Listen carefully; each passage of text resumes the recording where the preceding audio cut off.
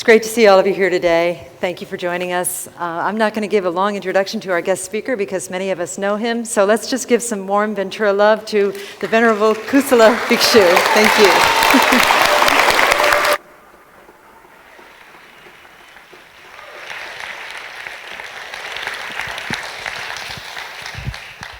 you. Well, I'm happy to be here today.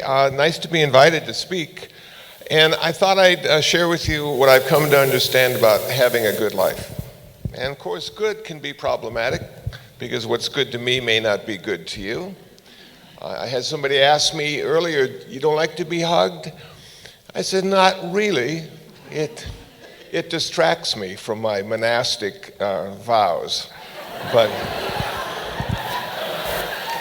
But that's just me. So the Buddha warned us about karma. You know, in Buddhism, we don't have a divine lawgiver that decides for us what is right and what is wrong. Instead, we have karma. We have the cause and consequence of what we think, say, and do. And it's broken into two parts. The first part is the creation part, the karmic part, and then the second part are the consequence part. That I might speak unskillfully and it might ruin my day or my week or my month. And if I can see how those two things are connected, I may have something to say about what direction my life is going to go in. That I am one of the reasons my life goes this way or that way, but only one. There are 9,999 other reasons why my life goes this way or that way, but I'm participating. So the Buddha said if you understand that karma is what you think, say, and do, and there is a skillful way to think, say, and do things, and in Buddhism, a good life is to suffer less. Now, that may not be good enough for most people, because most people want to be happy. They want to enjoy the world around them. And a Buddhist is saying, I just don't want to suffer today. You know, life's hard enough without me suffering. And when I was 20, I didn't understand that. But at my current age, I've given up being happy, and now I don't want to suffer. You know. So how do we start as a Buddhist? How do we start changing the way we think, speak, and act? Well, we start changing the way we speak and act by taking the 5 precepts. And I'll remind you what they are and just give you a little bit of my commentary on them. The first precept is not to take life. And this is really difficult because we seem to be geared to taking life. You know, just the human condition of survival. Sometimes we have to kill things in order for us to survive. But now we live in a community, a giant community of 7 billion people. We have all sorts of law personnel, and we have attorneys, and we have courts, and we have a lot of things now to protect us. So we don't have to kill as much as we used to simply survive. Now, when I was younger, I sort of enjoyed going fishing. Fishing is a wonderful euphemism for killing fish. And sometimes people get in their boat and they go out into the ocean and they spend the whole day killing fish and they come back and say, I just had the best day of my life. Look at all the fish I killed today. Wow, well, as we mature in our spiritual practice, we might look at that in a little different way. We might say it is so difficult to be born on this planet Earth. And we're here such a short time. I understand there'll be a memorial service and we're celebrating the life that was lived. But all of us have to check out sooner or later. And some of us want to, some of us don't want to. A lot of our friends and family hate to see us go. You know, but if we have life insurance, well,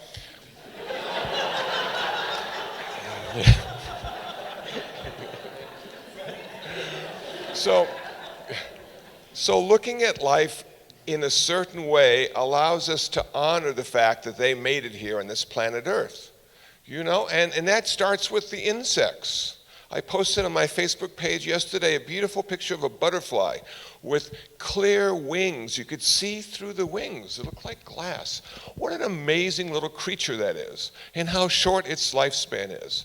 And rather than collecting it and holding it and looking at it, I think if we really look at the world as participating in it, we don't want to pick the most beautiful flower. We want to leave it for everybody to enjoy.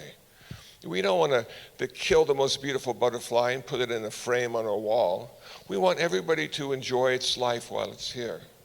And that's what I've come to understand about taking care of feral cats. We had a new one show up yesterday, a little gray one, a little skinny guy, and he had these little big eyes, and he was wondering if he was going to be accepted in our backyard. Some of the cats weren't quite sure. The colony has been formed, and it takes a while to break into the colony. But just to see this little guy, I'm thinking how wonderful it is in downtown Los Angeles, in Koreatown, to see this little life that's struggling to stay alive, looking for a refuge. And for some reason, it came to the Buddhist Meditation Center. How cool is that? Not to take what is not given. That's the second precept. Not to steal stuff, not to take stuff. And I know ownership is an illusion. None of us own anything, but a lot of us think we do. A lot of us are paying, mortgages and car payments. A lot of us have receipts, and it makes us feel good about owning stuff, because the more stuff we own, the better we are. Isn't that how it works? And pretty soon we have so much stuff. There's a storage locker, and then there's another one. And at some point in our life, as we mature spiritually, what we start to do rather than consume is we start to give this stuff away. I have far too many ukuleles, and I've given a couple of them away. And people would say to me, well, can't I just buy this from you? And no, please, let me give it to you. But there's one condition on me giving it to you, that if you don't like it in a couple years, you have to give it to somebody. You can never sell it. This is going to be a giving gift, not a merchant with a customer. So as I look at what I own, I see that I'm burdened with far too much, and I just live in a room. I can't imagine living in a house. Furniture? What's that?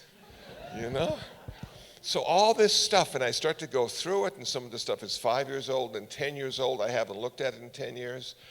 I'm just going to throw it away. I'm going to become light. I'm going to become free from my possessions. I don't want to own them any longer. I just want to use them until their usefulness to me is used up. And then I'll let somebody else use them. Sexual misconduct is the third one.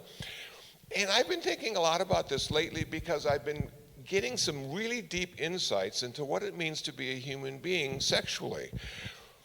It seems to work like this. We're born, and the first job we have is to stay alive. Okay, so most of us have done pretty well. We're here today. Now our second job is to procreate, to replicate ourselves, to leave something behind, And I just marvel at how many people are getting married so they can raise a family. Now, I've never had the thrill of raising a family. I take care of cats. It's not quite as hard. And what I've come to understand is your life is like over once you've had the kids. For the rest of your life, you're mom and dad. And even if you take the family to Disneyland, the kids have a much different way of looking at it than the parents do. Because the parents are thinking about their charger cards, and the kids are having the best time of their lives. So you go into all these different events with a different mindset, and then they leave, and now you have the empty nest syndrome, and then they move back in, and then you go, well. So I think having sex is really good, and we have 7 billion people to prove that.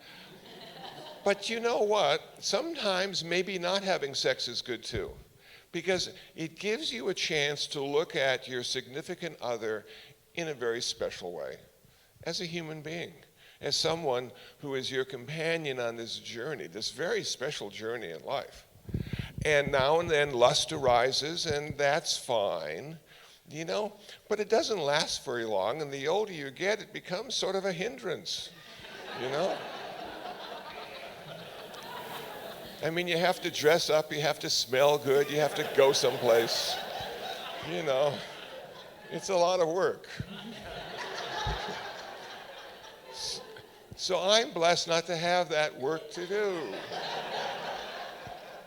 I look at people and I realize we're all connected in so many different ways. I don't need to connect to them in that way. And that gives me a sense of freedom. That gives me a sense of not having to deal with being in a certain circumstance, of not having a mate, but simply making it a choice. That I have chosen, because of my vows, not to replicate. Now, I would imagine in my past lives as a Buddhist, I have replicated many times, and they're probably still walking on the earth someplace. But in this lifetime, I wanted to go sort of, solo, just to see what it's like. Spend more time on reflecting on what my life was all about, what I could do. What are the important things and the less important things in life? And towards the end of my life, I want to see how it feels to let go. How it feels to let go of everything forever. And people say, are you afraid of dying? The older I get, the less afraid I am. Because living is really a challenge. In my neighborhood, we have no parking. I don't know why people buy so many cars. The freeways, I look at the freeway speed limit at 65 and I say, I wish. I'm like going 40. Every place I go, there's a line, And just like, and the older I get, the less they see me. I'm almost invisible in line. All the young ones, are immediately spotted, and the old ones will say, well, we have to wait on them. And so maybe at some point in our life we say, yeah, this world is never going to get any better. It never has gotten any better. And what I need to focus on is having a good life and not relying on the earth or the political system or the religious systems to give that to me. Because I'm often disappointed if I say that's going to happen, because generally it doesn't happen in the way I think it should. But that's just my opinion. So, having sex is really good, but it causes us to have a lot of people.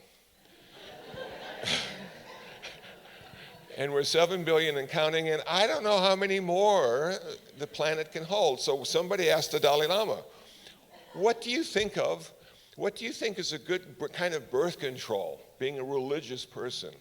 And the Dalai Lama said, I think every family should make one son or one daughter a monk or a nun. We'd have more spiritual people and less babies. And I'm thinking, yeah, that's a pretty good birth control, monasticism. The fourth thing is speaking unskillfully, saying just terrible things. Donald Trump comes to mind.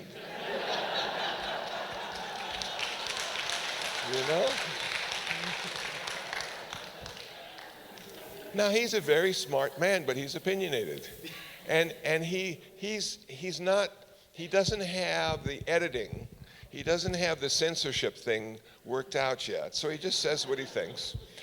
And he causes a lot of people to feel uncomfortable and causes a lot of people to suffer because he's unskillful. He's not a bad man. He's just unskillful sometimes in the way he relates to the world and how he shares it with us.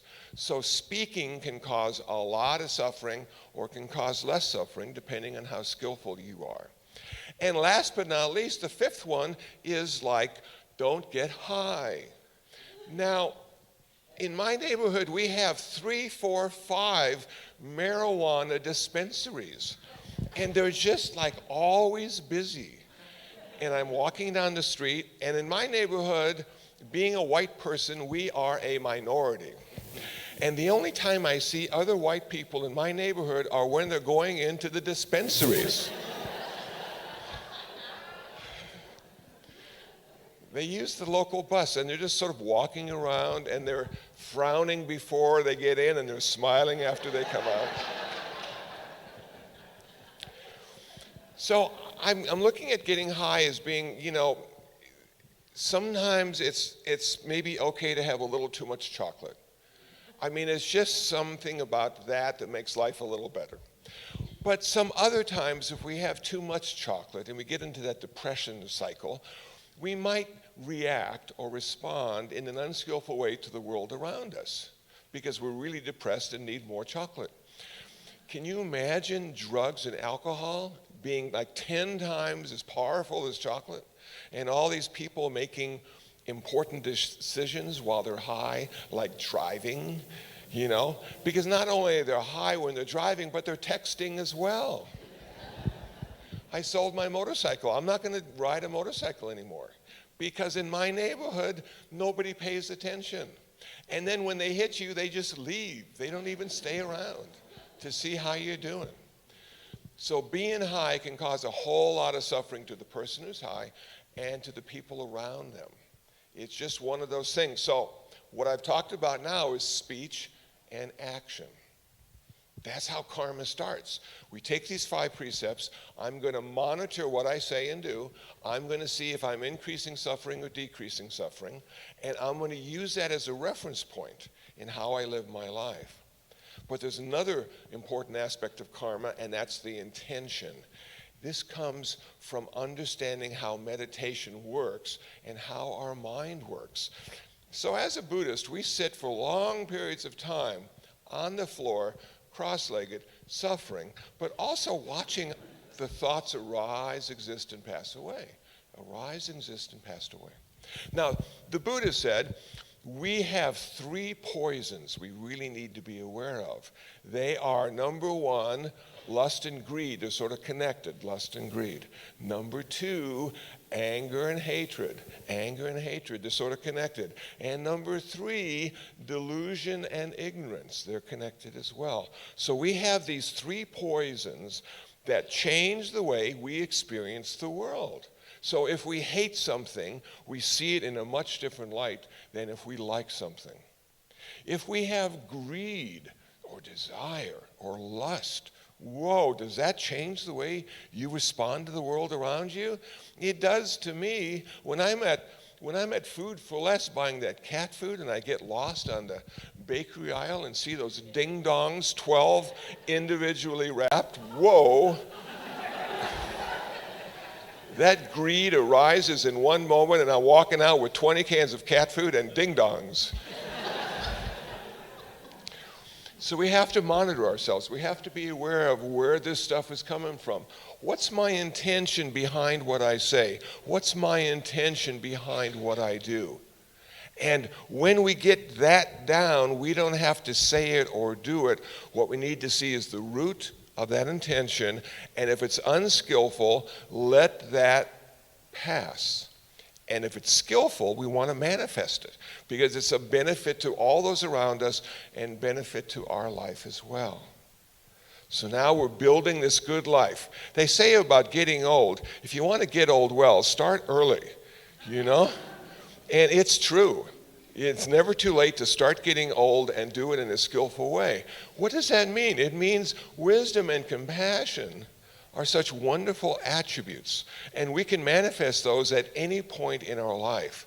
But it's really necessary, I think, in old age to manifest wisdom and compassion, to have patience with all those youngins out there who don't know yet, and to have patience with all those old ones out there who forgot. And just say, yeah, we're all in this together. We're all connected. I'm not separate. You're not separate. And now the payoff. Okay, you've been working on your 5 precepts. You've been meditating. You're seeing all these intentions. Now you're in charge. And you go, okay, how do I want my intentions to be? What do I want them to be rooted in? And the answer is all intentions at the end of your spiritual path could, should, might be rooted in kindness. Kindness. Whoa. This is such an interesting concept. I saw a guy in an Audi flip off a guy in a Cadillac because he wouldn't let him into the lane. And I'm thinking, he didn't look very kind to me, what he was doing, and he lacked patience, to say the least. And can you say no with kindness? Can you be above the fray and in saying no or saying yes, do it in the same way with kindness? It's not about losing your boundaries or letting people walk over you. It's about standing still, looking at the world, and saying to yourself, kindness makes a difference. Kindness benefits everyone in this world, and it surely benefits all those dogs and cats. Kindness is a wonderful thing, but it takes us a long time to get to that place because we're selfish and it's all about us up to a point. If we're lucky, as we get older, it becomes about them and not about us. That all the things you wanted to do and achieve when you were young seem to be pretty trivial when you're in your 60s, 70s, and 80s. It was fun to participate in the game of life. But now that I'm sort of like semi-retired and getting Medicare and my Social Security and a little money when I give a talk, I'm thinking, I am so glad I don't have to go back into that workforce and work and be something I don't want to be. People say, I hate my job. That's why they call it work. That's why they pay you to go there. You know? You know, I'll show up for free because I enjoy what I do. And if somebody gives me some money, it's even better. But I am so blessed to be doing what I think makes me feel good and suffer less. Now, the second thing, if our intention is rooted in kindness, every activity we have, physical or speech, will be compassionate. It'll be a compassionate activity that reduces suffering. Wow, kindness and compassion. Kindness is an intention, compassion is an activity. The activity of reducing suffering, according to Buddhism. So, are Buddhists engaged? More and more we are engaged in the world around us. More and more we want to make a difference in the world. Why is that? Not because we want to make the world better. This world sucks. It always will. But we're out there working in the trenches because we want people in this terrible world to suffer less. That's all. We want them to suffer less. If they're hungry, maybe we can feed them. If they need medical care, maybe we can find some place to take them. If they need shelter, maybe, and it goes on and on and on. Not because we even want to make their life better, we just want them to have less suffering in their life. And if they have less suffering, we'll have less suffering because we're all interconnected and interdependent on each other. This is a radical statement made by the Mahayana tradition the first century. Through meditation and Buddhist practice, they came to understand that all things are interconnected and interdependent. We're all in this together, whether we know it or not. And once we start to realize that and go from selfish to selfless, something remarkable happens. Your whole life, you were really working hard on being happy. You've given that up now. You realize it's not going to work. And now you look around and you see all these other people and you say, maybe because we're all interconnected, I can find my happiness through them and not through my activities or intentions, but through them. Now imagine this. Instead of having only one way to be happy, now you have 7 billion ways to be happy. 7 billion ways to be happy. Oh my gosh. Now, rather than working so hard for you to be successful, you take enjoyment in others being successful. And when they achieve something, you're right there with them because you're connected to them in a very special way. So rather than you fighting for your own success, now you can find success in 7 billion ways. This is a remarkable way to live your life, to look at the world around you and say, I'm helping people suffer less. I'll have 7 billion ways to suffer less. I'm going to help people find happiness. I'll have 7 billion ways to be happy. We continue, and then what happens? We die. Really? 50, 60, 70 years of practice, meditation, community service, prayer, all the things we do to have a wonderful life and be a good person, and then we die? Doesn't seem like a big payoff to me. But how about if we die well? How about if that life well lived leads us to a death that doesn't create suffering for ourselves or others? That becomes simply a transition. For a Christian, maybe to heaven. For a Buddhist, to another life. But that's the end of all our stories. Each and every one of us had a beginning, we had a middle, and we're going to have an end. And as I get older, the end becomes a little bit more important. So how do I want to die well? I want to have my last thought be the first thought of the next lifetime. I want to have a thought of generosity, of compassion, of wisdom. I want to have a really good last thought. And it may have taken me 70 or 80 years to get to that place where I can have a really good last thought. You know, I'm not going to fight death. There's no reason to fight death. You know what they say? They say good health is simply the slowest way a human being can die.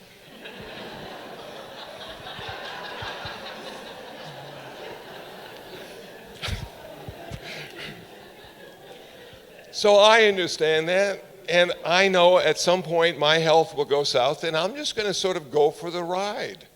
What's it going to sort of be like? You know, they're going to want to, maybe we can, resuscitate him, give him a few more days, a few more hours. I'm not sure. I'm getting ready. I'm going to have to turn away from this life. I'm going to have to look at it and say, I've done the best I could. I haven't always succeeded. I failed a lot. But I've been engaged. I've been mindful. I wanted my heart and mind to be connected in all my choices. And now I'm going to turn away from this and look towards the next one. A rebirth, a starting over. I only wish I could remember what I learned in this lifetime and take that with me. But I can't, because this lifetime has a beginning, middle, and end. And that stuff doesn't seem to migrate, according to Buddhism, very well to the next lifetime. So it's going to seem like the first time, which this life seems like to me, the first time. But if I can inspire people to look at their life in another way, and say, yeah, maybe with the time I have, you don't need much money to be kind. You don't need to have a big house to be kind. Just a little kindness, a little compassion and activity, and appreciating the fact that we're all connected in a very special way. That may be enough. That may be what we in Buddhism would call a good life. Thank you for listening.